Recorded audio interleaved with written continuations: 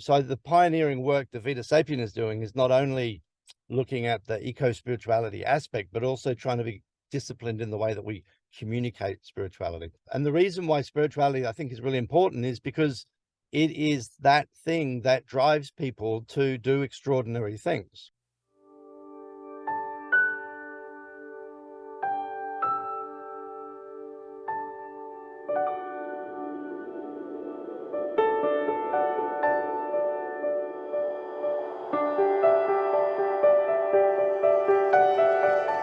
Hello, everyone, and welcome to another edition of the Climate Emergency Forum. My name is Regina Valdez, and I'll be your host for the evening. And we have on our show a very special guest. We have Guy Lane, who is a founder of Vita Sapien. So just a brief introduction of Guy. He is an environmental scientist, an author, an entrepreneur. So he conceived in 2016 this idea of a non-theistic spiritual philosophy that he believed was grounded in the needs of the age. This is something that is certainly near and dear to my heart. I know I've spoken about the importance of spirituality, about respect for the planet, about a sense of awe and wonder that is this planet and the fact that we are all here. It's my thought that it's going to be very difficult to move forward in terms of healing the planet, healing humanity and all other living beings that share this planet without this mind-heart shift. So I'm really, really interested to hear what Guy has to say and to see how our thoughts may be similar in this respect. So I'm going to give it up to Guy. Guy, can you please share with us a bit about yourself and your organization? Yeah, thanks. Thanks, Regina. That's a lovely introduction. So in my 20s, I spent a couple of years working in the oil industry, international offshore oil exploration. And that was when I first had this really clear insight that there was something fundamentally wrong in the relationship between humans and the planet. I remember standing on the bow of a ship off the coast of Taiwan and looking at the plastic bags drifting by. This was 30 years ago. And I knew that it was wrong. I mean, it took me maybe 20 years or 15 years to understand why it was wrong. And that's sort of like a distinction that I think is really important. And this is the sort of spiritual component. One of the aspects of spirituality is this sort of sense of right and wrong. What happened was I was doing a master's of business, and in 2015, the Pope Francis wrote the document called the Laudato Si. It's an encyclical, a papal teaching that basically said that it's sinful to destroy the planet. And I thought, great, well, look, there's 1.2 billion Catholics. If they, this is the great transition of the Catholic faith, problem solved, right? We got the foot soldiers, hierarchical organization. If the big boss says that we should stop killing the planet, problems, over for, significant proportion of the problem. But then, of course, a year later, it's sort of, there wasn't really any follow-up to this. And then I realized that it wasn't really possible for an institution like mainstream religion to be able to pivot far or fast enough in order to actually make a meaningful difference in the time that we've got left. And the reason for that is because their founding documents predate the scientific revolution, like the Bible in the case of the Catholic Church. And they've built 2,000 years of practice, which is often hostile to the environment. The conquistadors were accompanied by the Catholics. And so I realized then that this huge chunk of humanity wasn't really able to fully participate in this transition. So I started looking at the New Age spiritual movement to see what was in that. And between the New Age spiritual movement and mainstream religions, which accommodates most people's spiritual views, there's practically nothing of real substance that can help us address the climate and ecological crisis in a really fundamental and directly and clearly spoken way. There are fragmentary references to these things throughout. And what I realized was we needed some sort of a spiritual philosophy that had the word Anthropocene in it, that had the words ocean acidification in it. It needed to be very direct, and it needed to be focused on the best available science and to continually update with the best available science to give us the clearest picture of what we need to do to get out of the mess. And I looked around for that, but I couldn't find it. So I sat down one day, this is on the 18th of August, and I wrote I think about a 2,000-word essay and said, look, what we need is a religion devoted to Gaia. And I looked up the Australian taxation regulations, about how to set up a religion in Australia, which needed a belief in a supernatural and the canons of conduct to give effect to the belief. So I just wrote this into my essay, and then I flipped the essay up onto LinkedIn and then went off and did something else, right? Forgot all about it. But then a couple of days later, I got contacted by a guy that ran a PR company in Malaysia who invited me to Malaysia to speak about this new earth-based religion, which I'd conceived but hadn't actually planned to do anything with. So I had 2 months to prepare for this meeting, and so I just continued to embellish and to work on the idea. And that's been going on since August 2016. What I came to realize early on was that religion wasn't the proper frame of reference. What we were really looking at was a spiritual philosophy. When you talk to most people about religion, if they're religious people, they're only interested to really hear about their religion. And if they're not religious people, then they're not really interested to talk about it. It simply isn't the right frame of reference. So we sort of changed the focus of the work to sort of focus on a spiritual philosophy. And through my master's, I did an independent study unit where I got all this scientific literature around spirituality, a big thick pile of papers. And I went through them. And one thing that was really clear was that even amongst the academic literature, it was very difficult to find anything really substantive to help you understand the subject of spirituality. And so in order for me to be able to effectively communicate what I was going on about, I needed to create some sort of frame of reference. And that's part of the work that I've been doing, is to help create a frame of reference by which people can understand the subject of spirituality, so that then we can talk about how spirituality can be employed as a part of this transition to a sustainable future. And so there's actually a little table in the little blue book that I hand out with 6 key points. So I regard spirituality as an umbrella concept that shelters a whole bunch of themes, and I've selected out the key themes. And so awe, wonder, and amazement is one of those themes you just mentioned. Answers to life's big questions is one of those themes, and so forth. So the pioneering work that Vita Sapien is doing is not only looking at the eco-spirituality aspect, but also trying to be disciplined in the way that we communicate spirituality. And the reason why spirituality, I think, is really important is because it is that thing that drives people to do extraordinary things, right? And some institutions know how to actually use spirituality as a tool for their own ends. For example, I'll give you 2 extreme examples. The born-again Christian movement are absolute masters at having somebody talk to somebody on the street, and within 3 weeks, they're ensconced in a local church, paying 10% of their pre-tax income, reading the Bible, and effectively, through appealing to a spiritual questions, they get people to make radical personal behavioral change. Okay. Another example of that, even more extreme again, and again, the purpose of Vita Sapien is not to do what those people do, right? But another example is how ISIS recruits 20-year-old kids who are only really interested in football and smoking cigarettes, and in the space of 4 months turns them into frontline fighters for the caliphate in 4 months. But by not appealing to their rational mind, appealing to spirituality, appealing to their sense of meaning, appealing to their sense of where they come from and where they are going and where they are now in this grand schema. And so I'm thinking, and so this is the most powerful motivator of human behavior, and it's been overlooked by the environmental movement. There is obviously people involved in eco-spirituality that spread the ideas, but if you actually look at the extent to which that philosophy has penetrated into society, it's really, really, really negligent. And so the idea of Vita Sapien was to try and find the tools by which we could tap into people's spirituality to connect them to the awe and wonder of this living planet, that we could then find the tools by which we could have that spiritual connection then manifest through the actions and inactions, and to basically help people find the wherewithal within them to actually do what is necessary to fix the crisis. Because at the moment, today, the crisis is not being fixed. We're still losing.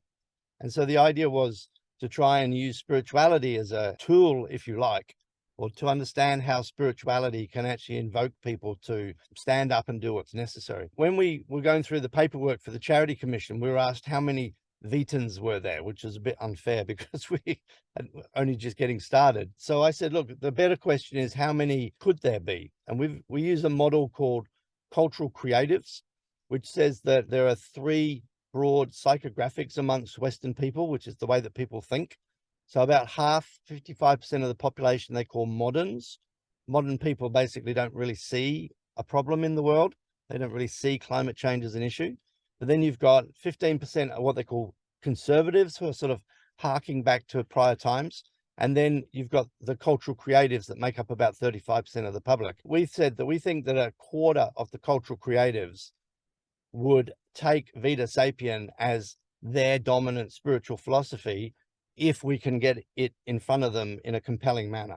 And that's really the work that I've been doing over the last few years, is to try and understand how to actually explain this, and then also how to actually roll it out and get it in front of people. I really, really I really resonated, of course, with the idea of awe. I read an article recently that spoke to the importance of this experience to our mental health. And I think another thing that we're seeing in our society is not just a spiritual vacuum, but also a great deal of mental health breakdown due to this disconnection between the natural world. We're just simply not plugged in the way that we are meant to be. And it's causing a great deal of anguish and societal upheaval. I know that Dr. Carter has spoken with you a lot and that you've had prior conversations. And Peter, maybe you could tell us a bit about your work with Vita Sapiens. And if you have any questions or thoughts, I would love to hear what you have to share. It's been delightful to actually have a few discussions with Guy here. And he mentions his writing of the philosophy and approach. And every time he sort of did a rewrite, it got better. And so keep writing, Guy, because that's really, really important. I was thinking, how many people have I come across in my climate change work who actually see the issue, the problem, as essentially a spiritual, moral, ethical one? And you're a very rare character in that respect. Although our late great colleague Stuart Scott, of course, he actually did come from that aspect as well. So my first question would be to you, my friend Guy. So what is it, do you think, in your life or in you that makes you so different? The climate change world I'm talking about. Yeah, I think part of it is that I've actually been able to be very free in my adult life to pursue my whim, if you like. And so I don't have family in Australia. I don't have a mortgage. I don't work a regular job. I've had a lot of time to actually just contemplate and think these things through. I'm half educated. I've got 2 degrees, a master's degree and a bachelor degree. And I'm just followed the logical pathways, but also I've been specifically looking to find something that hadn't been done in the climate and ecological space. I've been looking for something to sort of kind of pioneer. And I stumbled across the spiritual thing quite by chance. And when I started to read into it a little bit more detail and understand how powerful it was as a tool and how it had been practically ignored almost totally by the environmental movement, it seemed like that was actually the gap analysis. That was the gap. That was something that needed to be filled. And so in my normal fashion, I just jumped in and started to try and figure it out. I think that's the real difference. Like a lot of other people probably would have come to the same conclusion had they had the time and effort. And also I've spent a lot of time out in the wilds. I used to have a sailing boat. I used to go sailing, and I've had these few instances with these seabirds called Sulo leucogaster, which is the brown booby bird. And I've just kind of find this bond with this bird. And then you sort of understand that I have that spirituality connected to nature, whereas a lot of people might never have actually had that in the first place. So that brings me, unfortunately, to remember that the world's birds are disappearing very fast, certainly where I live, and it's the same everywhere, apparently. And even insects, of course, as we know, are disappearing fast. And our scientists, our experts, they keep on researching these matters, and they keep on confirming, that, yeah, this is happening. But I think there's a big, big problem in the so-called objectivity of the scientific world, in which they make it a principle that they will not go near anything they call a value judgment or anything that's moral or ethics or anything like that. They'll just stick to their objective numbers. How do you feel about that? Well, I think that's science's role, is to be analytical about things. But I guess the question really comes down to the politics of science, which is what are the things that we actually choose to study? And the other thing as well is that whilst the scientists might be actually analytical themselves in their work, they can be a lot less analytical when they speak outside of work hours, if you know what I'm saying. So there are a lot of scientists who would speak in public about their work and are able to actually conjecture more than they could if they were writing in a science paper. And I think that's really important because that helps to sort of show like a shadow truth to the scientific evidence. Thank you for that. And thank you for that question, Peter. I think that's one of the things that is missing is scientists are great at scientists, but we need communicators who can communicate what's happening at a deeper level. And I think that's really just crucial. Paul, I was on a panel with you at COP27, spiritual panel, religious panel, various leaders in spiritual thought. I know that you shared from a spiritual but non-religious perspective. And so, yeah, would love to hear from you as well and what questions you have for Guy. Thank you, everybody. So, yeah, we had an interfaith session at COP27, and we've also had some previous ones at previous COPs. It seems that quite a few people are sort of on board in the different religions to recognizing the climate crisis problem.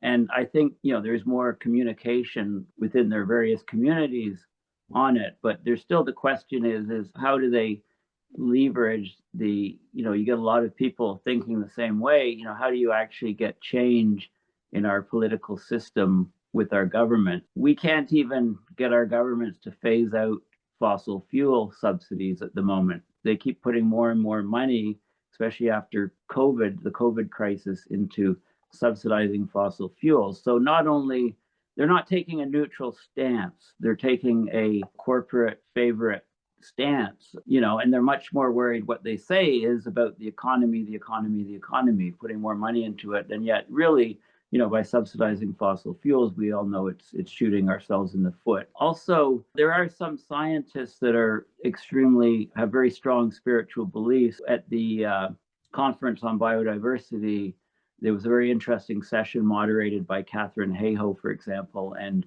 we did a separate interview for the Climate Emergency Forum with her after. And what was interesting is in our conversation, the spiritual aspect never really came up. So I think that, lots of scientists have these strong spiritual beliefs, but for some reason, they think that it's counter to their science message. I don't know. I mean, how do you sort of bring those two worlds together? Because, the scientific methods are clearly not working to address the climate problem. A lot of the problem, I think, is because of the over compartmentalization of scientists, not enough system thinkers. And when you get to system thinkers and then you get to spirituality, there's a lot of connection between that. Spirituality is all about how things are connected all together. We're all in the same boat, we're all in the same system. So can you talk about spirituality a bit from the systems standpoint?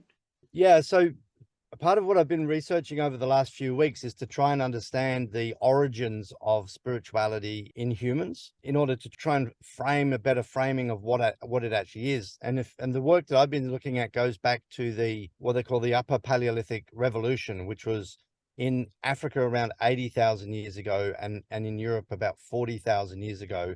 If you look at the tools that were being used by those humans, they were relatively basic. And then pretty much overnight, there was this explosion in tool complexity. And this is where archery, the first evidence of archery came in. This is where the cave painting started to get extremely complicated, where funerary practices started to become a lot more detailed. So that was around 40,000 years ago in Europe. So spirituality seems to be enmeshed in amongst all of those other higher functions of the brain. So the artistic function, but also the rational function, the planning function, the conception of being able to do something now with a result later on. Relatively easy to break a piece of stone to make a sharp stone as a tool. Relatively easy to attach that to the end of a stick to make a spear. Very, very difficult to conceive and build archery equipment, bows and arrows, feathers, and so forth. So all of these things are all kind of tied together. I think that's a part of it, is that you can't really separate spirituality from rationality. And I think like Katharine Hayhoe is a really interesting case study because she's very passionate as a Pentecostalist Christian. She speaks openly about that. And yet there's practically nothing written in Pentecostalism that would actually give her a natural love for the planet, which she obviously has. So I suspect she's what I call a Vetan Christian. So a Christian who has a deep love for the planet. And again, so I think the opportunity for scientists is to, outside of their business hours, is to speak about their love of nature, which would demonstrate their spiritual connection to it. Thank you for that. I agree that it would be great to have scientists do that. And another thing that you had mentioned, you talked about the creative class. I feel as though I'm confused. Like we're living in a period, we're seeing the end of the world. And I'm wondering, where is Picasso's Guernica? Where is Rachel Carson's Silent Spring? Where are the great artists and thinkers of our time in terms of expressing this in a way that people can relate to, the people who make change? I mean, what are your thoughts about this guy? I was looking at a Facebook post today, actually, of an African tribe. I just looked at the whole series of photos. I didn't get any context, but these guys or the kids were basically doing these absolutely outrageous face paintings, and they're all different colors and all different patterns, and some of them had grasses and hats, and there was an expression of art that blended the individual character into the environment, that if they stood next to a bush, they'd actually disappear within it. So in a way, part of the sort of problem in a way is to sort of look at contemporary art pieces and all of that, like left brain stuff, the way that art can be actually understood as being brilliant because of 10 particular reasons. But there's another type of art, which is where you basically use art to embed yourself into the environment of which you're a part. I don't know if that makes sense as an answer to the question. And also, look, the rate of the decline is so fast that I think it's even amongst the people who are following along, the decline is so fast with the climate here and the ecosystem there, and all the political traumas that are going on and the COVIDization of everything. It's hard for people to actually keep up, to actually know what the hell is actually going on. And I think this is a really important part about Vita's work, is that we've got a frame of reference, like a time frame, that we've got a destination to get to, which we call the Verdant Age. Others call it ecological civilization. Simply the concept of human civilization acting synergistically with the biosphere. We're developing the tools. We kind of know how to do it, but what we don't know is how to implement it. And this is what Vita's mission is, to try and develop programs that on an individual level, people can actually find awe and wonder in nature. And then through that spiritual revelation to nature, guided by the environmental sciences and observing pointers towards right action, can conceivably create a legion of super empowered individuals that will go out and do what's necessary to fix the mess in the limited time that we've got left. And the only way to do that is for something like Vita Sapien to explode on the planet as fast as possible and properly funded. And I'll give you an example of that, is the way that the oil company BP paid Ogilvy Mayer $100 million to get their creatives to figure out how to have the whole world think that climate change was their fault and not the fault of the oil companies bribing the governments. $100 million campaign, it did it. So if you imagine something like that, call it 100 million to use an argument, a number, a campaign to spread eco-spirituality through the world through programs where people, whether you take them to the forest or whether you take them to an overgrown lot with some sort of a VR or whatever the program is, there's got to be ways, and this is what we want to find the funding for, is to actually develop these awakening programs. And I think everybody's ready for it. The Vita story is designed to blend seamlessly in with whatever your existing spiritual beliefs are. That's great. If people want to help, or if they have ideas from funding, is there a way that they can reach out to you? Yeah, so the email is vitaplaneta@gmail.com. Just on the website, it's written on the website. And the funding is, it always seems to be wrong to be talking about money when you're talking about spirituality. But this idea only really exists on a website and a few books and some cards that maybe 50 people in the whole world have actually seen. If this theory that I have, that we can actually use spirituality to motivate extraordinary behavior in people, is to be tested, it needs to be tested properly, and that needs resourcing. So Guy, you mentioned your website. Could you give us the URL so people can actually find you? And by the way, those of you who are watching, we'll put that in the description, the show notes as well. But Guy, your website address? It's vitasapien.org. So VITA SAPIEN.org. Vita Sapien broadly translates to life wise. So wise about our personal life, but also wise about our place amongst life on earth. Vitasapien.org. Oh, thank you so much, Guy. Paul, I'm wondering if you had some other thoughts or questions? I think attendance for people in mainstream religious groups, if attendance at church is any indication, I think it's down quite a bit across Canada. In fact, some churches are becoming condos or selling off half of their lots and things because they can't get funding. It seems to me like the spirituality and religious thought has been kind of replaced by consumerism, I guess, in my view. Consumerism, buying more stuff, and all that is very bad for the planet. So if we can get back to some sort of spirituality, as you're suggesting, for the earth, that could really sort of make inroads into reducing consumerism. I mean, have you thought about those aspects? Absolutely. Regina made a point that there was this sort of spiritual void in people. I think that's the wrong phraseology. We're all spiritual creatures, but we just fill that chamber with different things, right? And so most Western people, the moderns in the cultural creative framework, 55% of the public, kind of fill their spiritual vessel with consumerism, with sports, with fishing, with holidays. I mean, you can have a fulfilled life that seems to answer all the world's questions, big questions in life. What are we here for? Oh, to go travel, go and watch the footy. That's a perfectly reasonable answer. But spirituality expresses itself into the real world through our actions and inactions. It's the motivator of our behavior.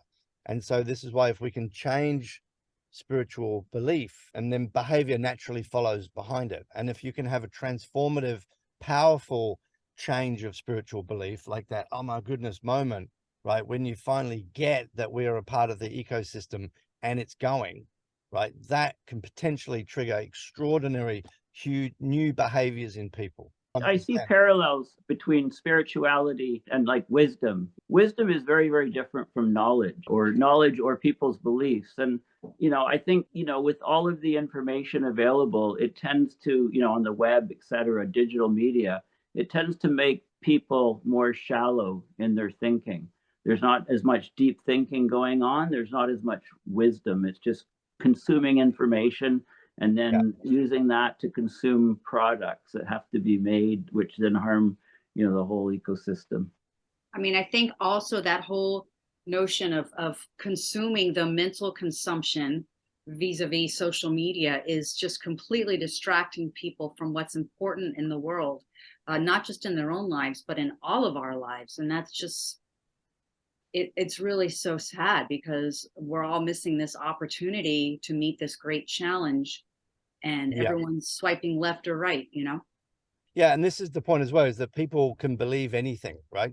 This is the really important point, is that spirituality isn't automatically guided towards the caring for the ecosystem. It's a vessel that gets filled with pretty much anything. So if we can just guide people to believe the right things, then the actions follow. And the way to do that is to have some sort of structure. One of the texts that advises my work with Vita Sapien is called Blue Ocean Strategy. And there's a book that came out of the Singapore University's Business School. And they basically looked at these really companies that had really stood out from the crowd. Blue ocean refers to an ocean that isn't saturated with blood from the sharks and competition. It's about organizations or companies that don't have competition. And they basically identified that these companies that stood out had taken standard business models and then made these distinctive and specific changes to them to try and, for example, they look at Cirque du Soleil as an example. The most expensive part of running a circus is the animals and the star performers. So they don't have animals and star performers. And they target their marketing to people that don't go to the circus, because there's a lot more of people that don't go to the circus than people that do go to the circus. So we've tried to take the sort of standard spiritual religious sort of model and use blue ocean thinking on it to find a way to create something which is compelling to people, that doesn't have all of the nasty, horrible dogma, that doesn't have all of the insane beliefs, that doesn't have this sort of doom and gloom and like pressure and somebody's looking over your shoulder and you're going to go to hell. We're trying to create a spiritual philosophy, sort of like the way that Shinto is in Japanese religion, that in Japanese society, that it just is a part of society to see yourself as a part of the ecosystem, just the way that the Cro-Magnon people would have when spirituality first evolved, in this case, in the Europeans. I really like the idea of encouraging people to see themselves as a part of the ecosystem, because as I had mentioned in the beginning, too many of us are just separate. We're just separate from the planet in which we inhabit. Therein lies so much of the problem. And I really want to thank you so much, Guy, for sharing your wisdom, for sharing Vita Sapiens with us. And I hope that for those of you watching that do want to feel that you're a part of something, that you learned something, you learned about a group that maybe you might be interested in, you can head over to the website.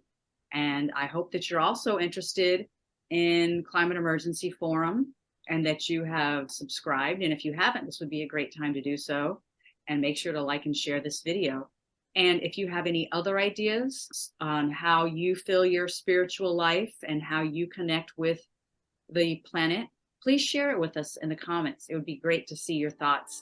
And meanwhile, we look forward to seeing you at the next Climate Emergency Forum.